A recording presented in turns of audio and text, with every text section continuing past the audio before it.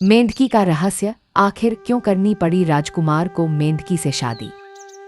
अगर आपको कोई बताए कि एक राजकुमार ने एक मेंढक से शादी की तो आप हंस देंगे, लेकिन अगर वो मेंढक एक राजकुमारी हो और उसकी शादी का रहस्य एक ऐसे शाप से जुड़ा हो जो सदियों से छुपा हुआ है, तो फिर क्या आप अभी भी हंसेंगे?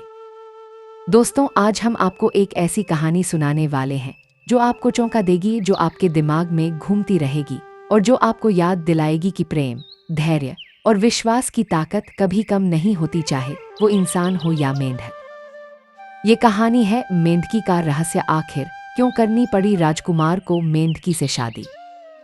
और हाँ, ये कोई साधारण कहानी नहीं है, ये एक ऐसी कहानी है जो आपके दिल में बस जाएगी। तो बैठिए आराम से और तैयार रहिए एक ऐसे रहस्य के लिए जो आपको याद रखने पर मजबूर कर देगा। एक बार की बात है, दक्षिण भारत के एक छोटे से लेकिन बेहद समृद्ध राज्य विशालगढ़ में यहाँ के राजा राजेंद्र सिंह थे। न्यायप्रिय, दयालु और अपने लोगों के लिए जान देने वाले उनकी रानी अनुराधा थीं, जो सुंदरता और बुद्धिमत्ता की अवतार थी। उनके एकमात्र पुत्र थे राजकुमार विक्रम। वह अपने पिता जैसा न्यायप्रिय था, लेकिन उनमें एक अलग ही चमक थी। वह जानते थे कि राज्य का भविष्य उनके हाथों में है और वह उसे अच्छे से संभालना चाहते थे। विक्रम के जीवन में एक बात अधूरी थी, वह अभी तक शादी नहीं कर पाए थे। न कोई राजकुमारी उनकी रुचि की थी, न ही वे किसी से प्यार कर पाए। उनके पिता और माता बार बार उन्हें शादी के लिए राजी करने की कोशिश करते थे, लेकिन विक्रम हमेशा कहते, मैं उससे शादी करूंगा जो मेरे दिल को छू ले, जो मेरे साथ खड़ी रहे और जो मेरे राज्य की रक्षा कर सके। और फिर एक सुबह विक्रम अपने घोड़े पर सवार होकर राज्य के बाहर के जंगलों में घूमने निकले। वह चाहते थे कि वह अपने दिमाग को शांत करे और शायद कोई नई ऊर्जा पाए। जंगल में एक झील के किनारे वह रुके और तभी उनकी नजर एक अजीब सी चीज पर पड़ी। एक मेंढक, लेकिन ये कोई साधारण मेंढक नहीं था। उसकी आंखें चमक रही थीं, उसके ऊपर एक छोटा सा ताज था और उसके गले में एक छोटा सा माला था जो एक राजकुमारी के गले वाले माले जैसा दिख रहा था।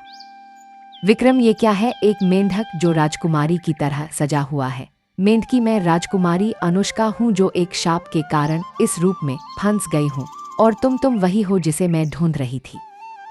विक्रम, मैं तुम्हें नहीं जानता और तुम एक मेंढक हो, कैसे तुम राजकुमारी हो सकती हो?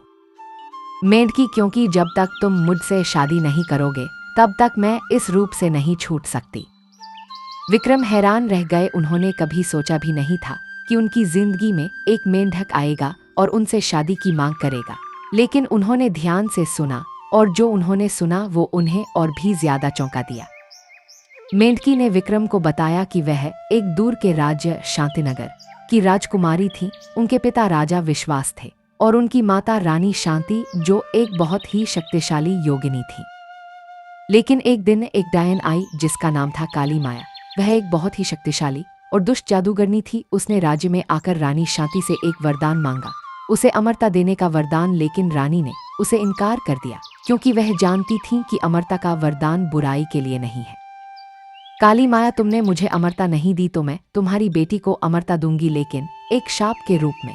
वह एक मेंढक बन जाएगी और वह तभी इंसान बन पाएगी जब एक राजकुमार उससे शादी करे, और वो भी बिना किसी शर्त के, बिना किसी डर के, बिना किसी शक के। और इस तरह राजकुमारी अनुष्का मेंढक बन गईं। उनके पिता और माता ने उन्हें ढूंढने की कोशिश की, लेकिन वे गायब हो गईं। उन्होंने जादू के जरिए उन्हें ढूंढने की कोशिश की, लेकिन काली माया ने उन्हें एक ऐसी जगह भेज दिया था जहां कोई उन्हें नहीं ढूंढ सकता था जब तक कि वह अपने भाग्य के पुरुष से न मिल जा। विक्रम, तो तुम कह रही हो कि मैं तुम्हारा भाग्य का पुरुष हूँ? मेंढकी, हाँ, तुम्हारे दिल में जो दया, न्याय और विश्वास है वो मुझे आकर्षित करता है और मैं जानती हूँ तुम मुझसे शादी करोगे। विक्रम, मैं एक मेंढक से शादी करूंगा, ये कैसा मजाक है? मेंढकी, मजाक नहीं है विक्रम, ये एक शाप है और तुम्हारे बिना ये शाप नहीं टूट सकता। अगर तुम मुझसे शादी नहीं करोगे तो मैं हमेशा के लिए मेंढक बनी रहूंगी और तुम्हारा राज्य भी एक अंधेरे शाप के तहत आ जाएगा। विक्रम के दिमाग में एक बात घूमने लगी, क्या वह वाकई इस मेंढक से शादी कर सकता है? क्या उसके लोग इसे स्वीकार करेंगे? क्या उसके पिता उसे राजा बनने देंगे अगर वह एक मेंढक से शादी करे?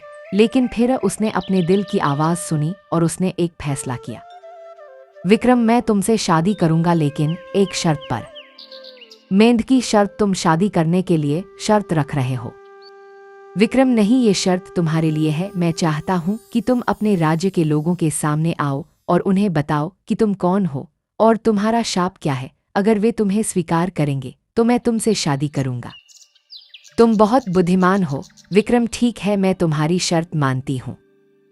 विक्रम ने मेंढकी को अपने राज्य ले जाने का फैसला किया। लोगों ने उन्हें देखकर हंसना शुरू कर दिया। राजकुमार ने मेंढक को प्यार कर लिया। अब तो राज्य में मेंढक ही राजा बनेगा। लेकिन विक्रम ने किसी की बात नहीं सुनी। वह जानता था कि वह जो कर रहा है वो सही है। विक्रम, मैं आप सभी के सामने घोषणा करता हूँ, ये मेरी राजकुमारी है। उनका नाम है अनुष्का और वे एक शाप के कारण इस रूप में है। अगर आप उन्हें स्वीकार करेंगे तो मैं उनसे शादी करूंगा, और अगर आप उन्हें नहीं स्वीकार करेंगे तो मैं राज्य छोड़ दूंगा। महाराज, ये शाप नहीं है, ये एक परीक्षा है और तुमने इस परीक्षा में उत्तीर्ण हो गए हो। अनुष्का राजकुमारी एक बहुत ही शक्तिशाली और दयालु आत्मा है और तुम्हारा उनसे शादी करना राज्य के लिए एक आशीर्वाद होगा। और इस तरह विक्रम ने अपने लोगों को दिखा दिया कि प्रेम कोई रूप नहीं देखता, वो दिल की धड़कन को देखता है।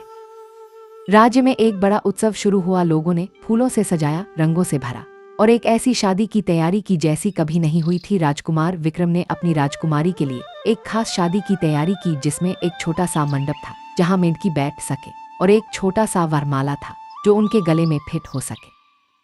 विक्रम, तुम अनुष्का को अपनी पत्नी मानते हो? विक्रम, हाँ, मैं उन्हें अपनी पत्नी मानता हूँ, अब और हमेशा के लिए। अनुष्का, तुम विक्रम को अपने पति मानती हो?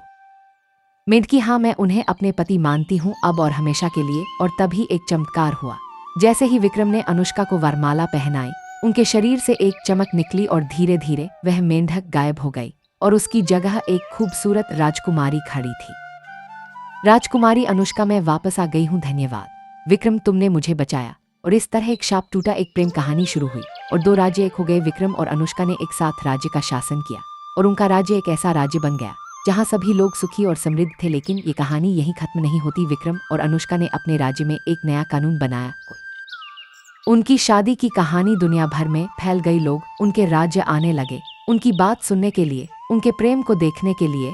और फिर एक दिन एक बच्चे ने विक्रम से पूछा, महाराज, आपने एक मेंढक से शादी क्यों की? क्योंकि उस मेंढक ने मेरे दिल को छू लिया था और मैंने सीखा कि प्रेम कोई रूप नहीं देखता, वो दिल की धड़कन को देखता है। और यही वजह है कि आज भी लोग विशालगढ़ आते हैं और वहाँ के लोग बताते हैं, यहाँ एक ऐसा राजा था जिसने एक मेंढक से शादी की और उसने दुनिया को सिखाया कि प्रेम सबसे बड़ा जादू है। दोस्तों, ये कहानी सिर्फ एक जादुई कहानी नहीं है, ये हमारे जीवन की एक झलक है। हम सभी कभी न कभी ऐसे लोगों से मिलते हैं जो हमारे लिए अजीब लगते हैं, जिनके रूप, रंग या व्यवहार से हम डरते हैं। लेकिन क्या हमने कभी उनके दिल को देखा है? क्या हमने कभी उनकी कहानी सुनी है? विक्रम ने अपने दिल की आवाज सुनी और उसने एक मेंढक से शादी की, लेकिन उसने एक राजकुमारी को प्यार किया। यह हमें सिखाता है कि जब हम किसी को देखते हैं तो हमें उसके बाहरी रूप को नहीं बल्कि उसके अंदर के इंसान को देखना चाहिए। और अगर आपके जीवन में कोई ऐसा व्यक्ति आए जो आपको अजीब लगे, जो आपके विचारों से अलग हो, तो उसे न भगाए, उसे समझने की कोशिश करें, क्योंकि शायद वही व्यक्ति आपके जीवन का सबसे बड़ा आशीर्वाद हो। तो दोस्तों, अगर आपको ये कहानी पसंद आई तो लाइक करें, शेयर करें और सब्सक्राइब करें, क्योंकि हम ऐसी ही जादुई, रहस्यमयी और दिल छू लेने वाली कहानियां लाते रहेंगे। और हाँ, अगर आपको लगता है कि आप भी किसी मेंढक से प्यार कर रहे हैं तो उसे छोड़िए नहीं, उसे समझिए, उसे प्यार कीजिए, क्योंकि जैसे विक्रम ने अनुष्का को प्यार किया, वैसे ही आप भी किसी को प्यार कर सकते हैं, चाहे वो किसी भी रूप में हो। फिर मिलेंगे एक नई कहानी के साथ, तब तक जय हो, प्रेम की जय हो, विश्वास की और जय हो उन सभी की जो दिल से जीते हैं।